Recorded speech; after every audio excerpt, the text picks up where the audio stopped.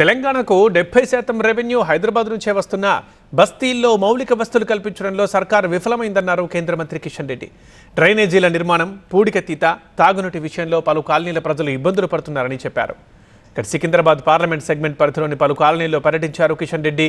కాలనీల్లో కనీసం వీధి లైట్లు కూడా వేయలేని పరిస్థితి ఉండడం దారుణమన్నారు. హైదరాబాద్ అభివృద్ధి అంటే హైటెక్ సిటీ కాదు, బస్తీలు డెవలప్ కావడం అన్నారు. రాష్ట్రానికి వస్తున్నటువంటి రెవెన్యూలో 70% హైదరాబాద్ నగరం నుంచే వస్తుంది. కాబట్టి హైదరాబాద్ నగరం నుంచి రెవెన్యూ వస్తున్నప్పటికీ కూడా హైదరాబాద్ సంబంధించినటువంటి మౌలిక వసతుల కోసము నిధుల కొరత ఉండడం అనేటువంటిది దురదృష్టకరము. హైటెక్ సిటీ ఒకటే హైదరాబాద్ కాదు. హైదరాబాద్ అంటే బస్తీలు, ఓల్డ్ సిటీ.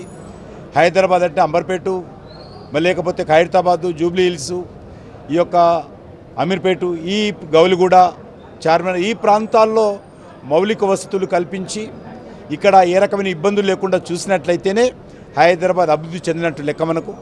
కాబట్టి హైదరాబాద్ హైటెక్స్ చూపించి హైదరాబాద్ బాగా అభివృద్ధి చెందింది అనుకుంటే అది పొరపాటు అనే విషయాన్ని నేను ప్రభుత్వాన్ని తెలియజేస్తూ ఉన్నాను.